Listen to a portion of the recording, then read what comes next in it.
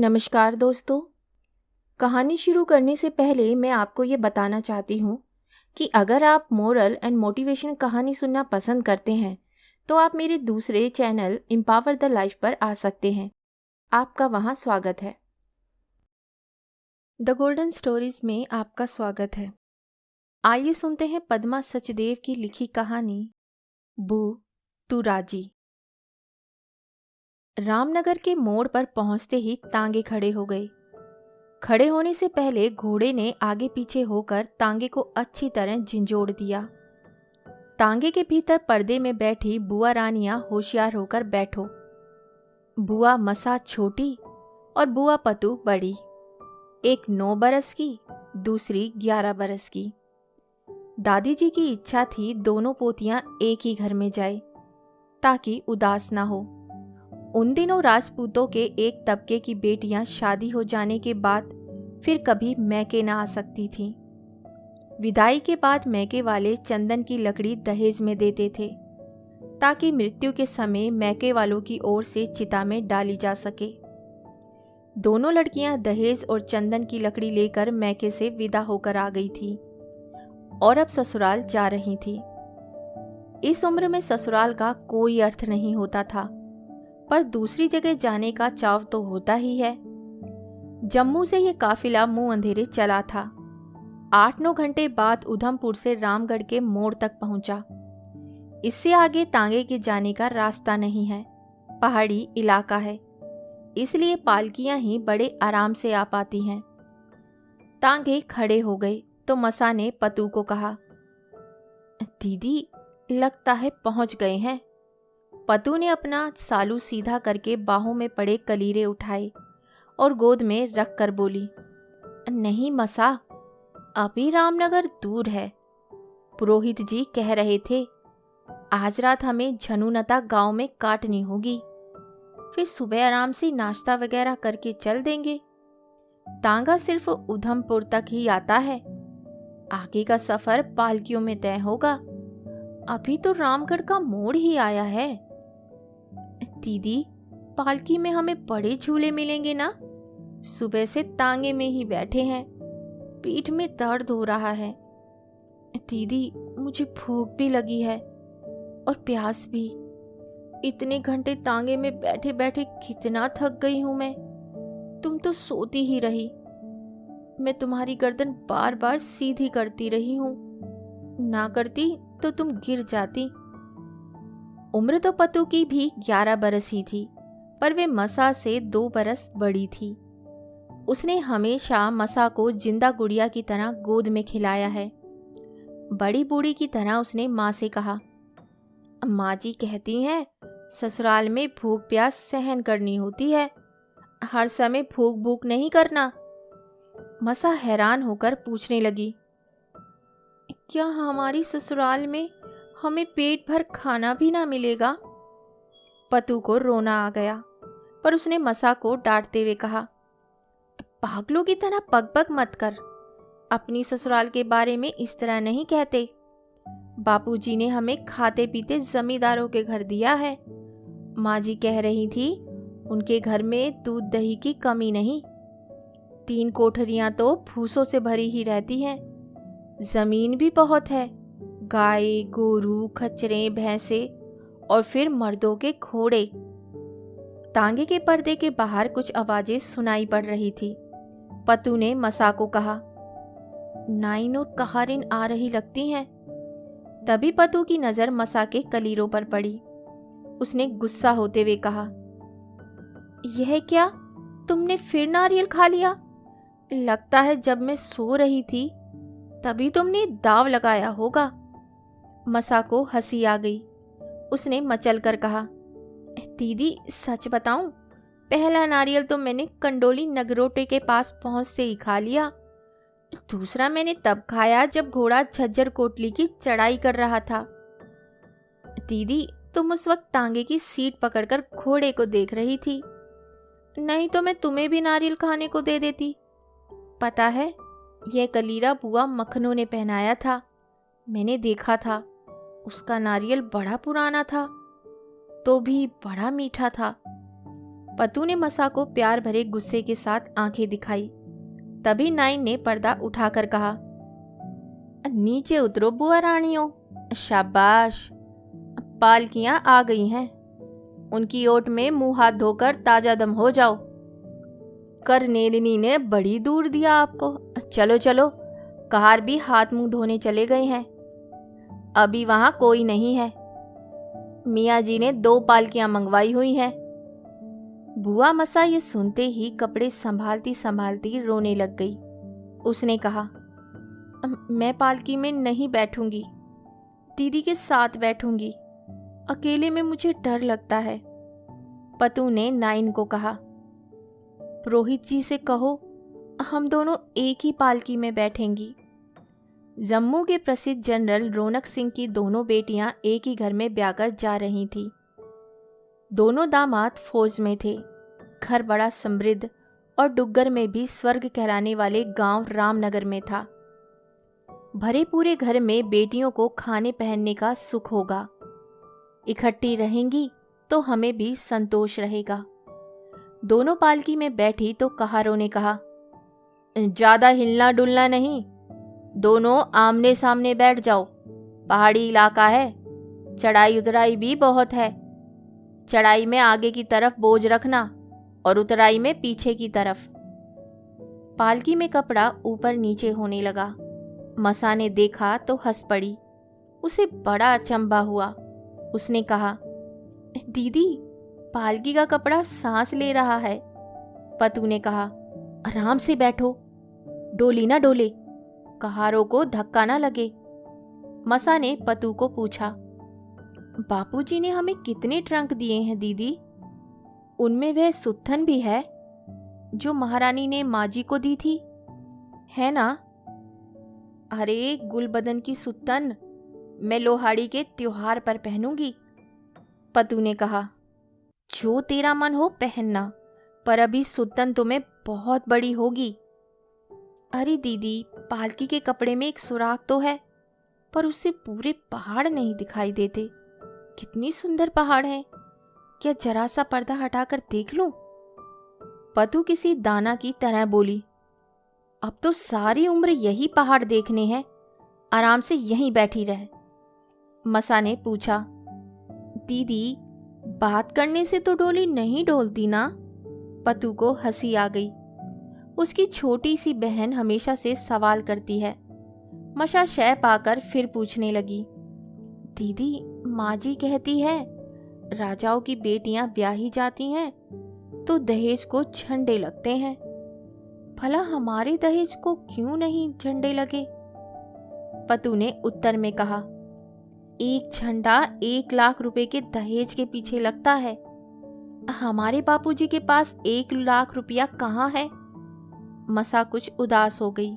फिर उसने पूछा, हम भाई की शादी में जाएंगे तो क्या हमें फिर दहेज मिलेगा?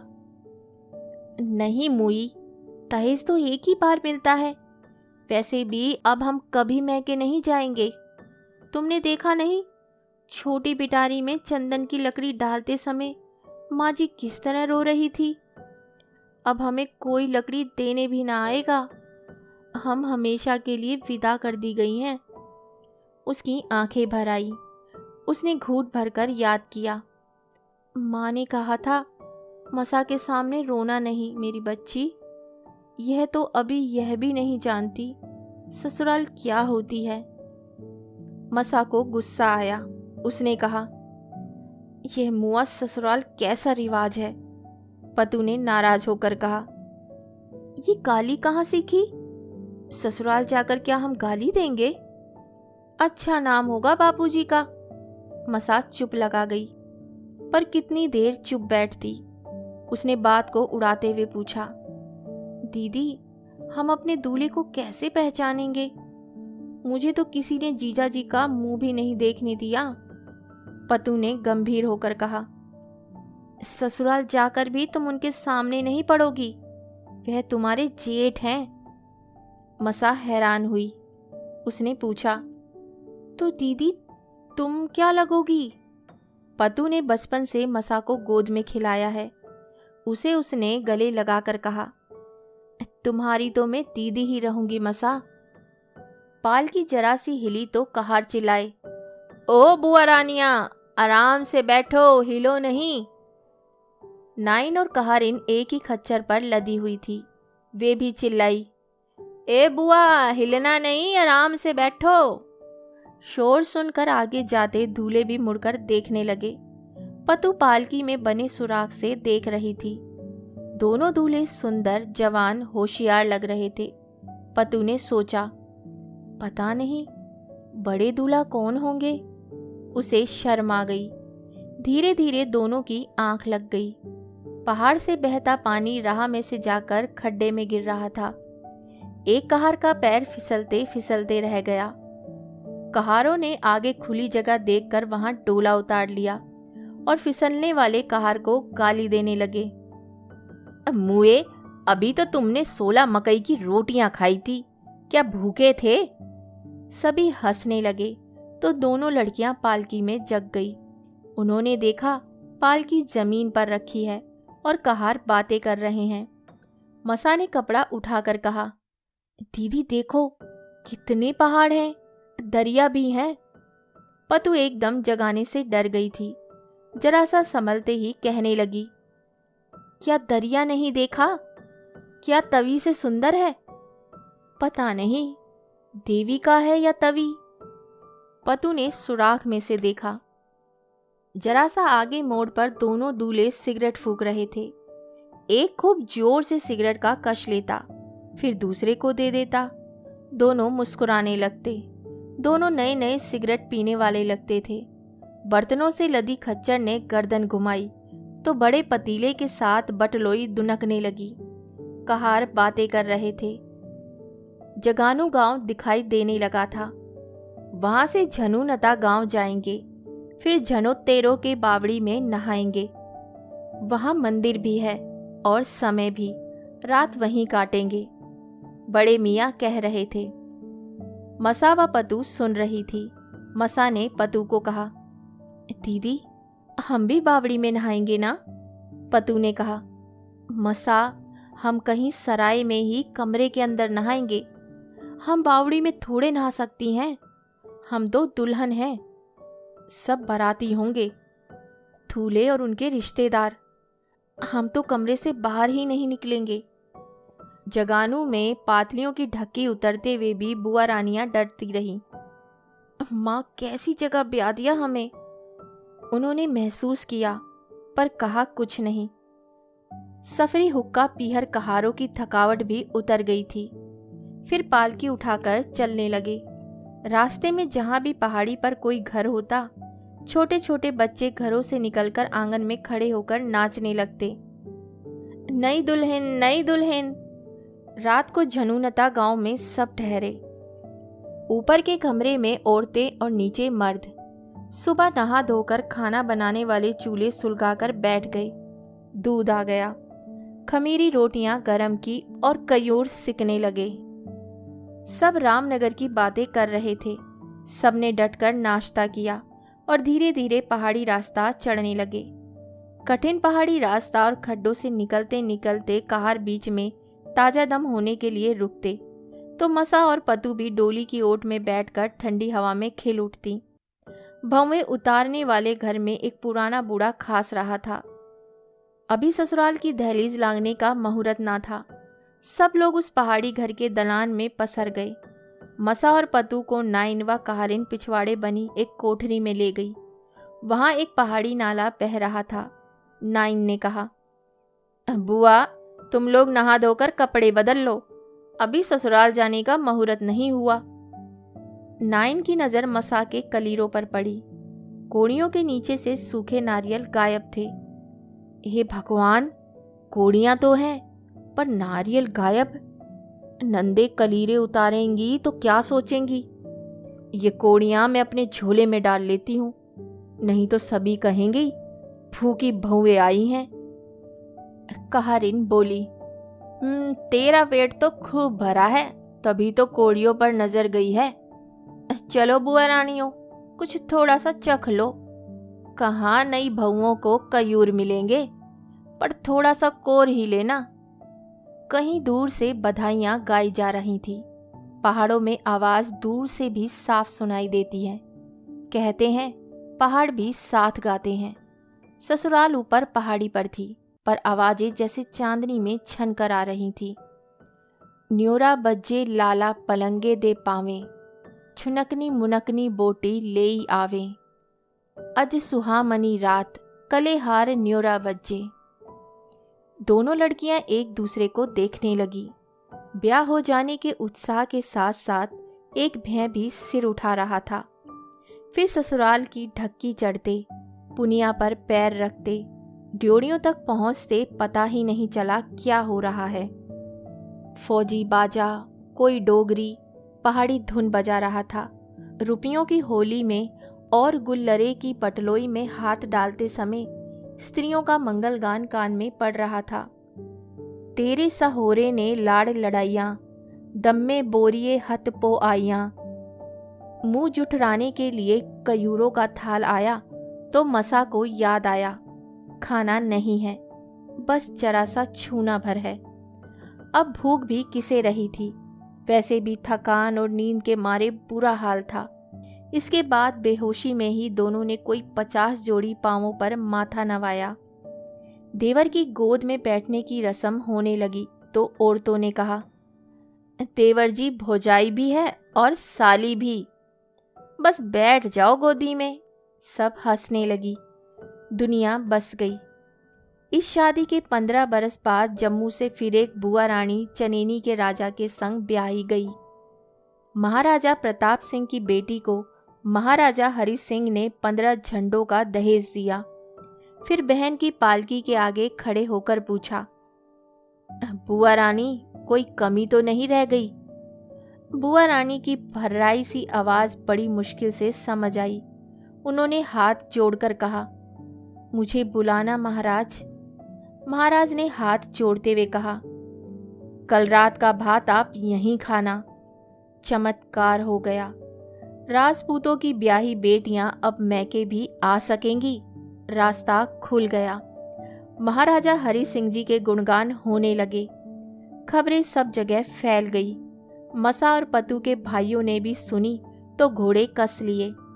घर में कहा, आज रात उधमपुर में काटेंगे और परसों सुबह अपनी बहनों के पास ही नाश्ता करेंगे।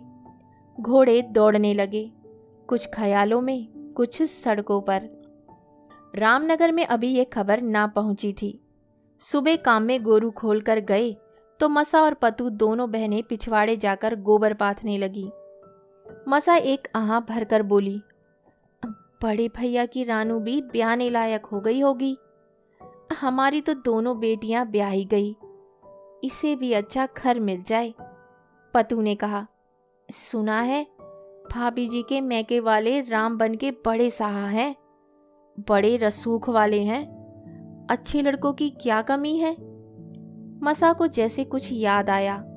गोबर मलते मलते उसने कहा, दीदी वे राम बन की ही गोली थी ना, जिसे कभी कभी माँ जी महलों में मिलने जाती थी? हाँ, वो नारातू, तुम्हें कैसे याद आ गई? वह मामा जी के मैके की लड़की है। 9 बरस की विधवा हो गई थी, फिर रनिवास में आ गई। उन दिनों राजा के सिपाही इस तरह की अनाथ और सुंदर लड़कियों को ढूंढने में घूमते रहते थे। फिर वे दरबार में लाई जाती। रानियों के पास उनको टहल, सेवा या फिर दूसरे कामों के लिए रख लिया जाता। गरीबों की बेटियों के बदले उन्हें कुछ मिल जाता। इन लड़कियों से मिलने वाले पहाड़ी सौगातें, कभी गुंछियाँ, कभी कलाडियाँ, कभी मकई का आटा आदि लाते। कितनी कितनी देर ड्योढ़ी पर बैठे रहते, कभी सारा दिन भी हो जाता। मसा हैरान होकर सुन रही थी। उसने कहा, दीदी सौगाते तो ज्यादा डोरी अफसर ही ले जाता होगा। हाँ मसा, कुछ दिए बगैर कहीं भेंट होती होगी। फिर लड़की आती तो भी क्या सबके सामने बात हो पाती? आने वाला पूछता, बू तू राजी? बुआ गर्दन हिलाकर आंखों में हाजी कहती और आंखों में गंगा जमुना भरकर चली जाती। बू तू राजी, इतनी सी बात पूछने के लिए कितनी देर बैठना पड़ता। उसने एक आह भरी। मसा ने कहा, चलो, हमसे तो वे ही भाग्यशाली हैं, हमें तो कोई यह भी पूछने नहीं आता। फिर मसा ने कौतूहलवश पूछा, पर दीदी, ये लोग क्यों मैके नहीं जा सकती थीं? पतू ने कहा, नहीं, रनिवास में जो भी आ जाता है वे फिर दहलीज नहीं लांघ सकता था। कहते हैं एक बार महाराजा प्रताप सिंह को अंग्रेज रेजिडेंट ने कहा था कि मेरी मेम रनिवास में जाकर रानियों से मिलना चाहती है। महाराजा ने कहा, हमारे धन्य भाग वे आए, पर हमारे यहाँ यह रिवाज है कि जो स्त्री रनिवास में आती है वह बाहर नहीं जा सकती। फिर मेम ने आने की हिम्मत नहीं की। इस बात पर दोनों खिलखिलाकर हंस पड़ी और उपले पाथने लगी। मसा और गोबर लेने के लिए मुड़ी तो दूर पहाड़ियों में से उसने 2 घुड़सवारों को आते देखा। उसके हाथ वहीं रुक गए। घुड़सवार तन तक ढलान में ओझल हो गए थे। मसा ने बड़े चाव से पतू को देखा। दीदी, कोई 2 लोग घोड़े पर आ रहे हैं, शहर के लगते हैं। पतू ने हाथ से गोबर पोंछते हुए कहा, तुम्हें ऐसे ही लगता रहता है, देखो कोई भी नहीं है।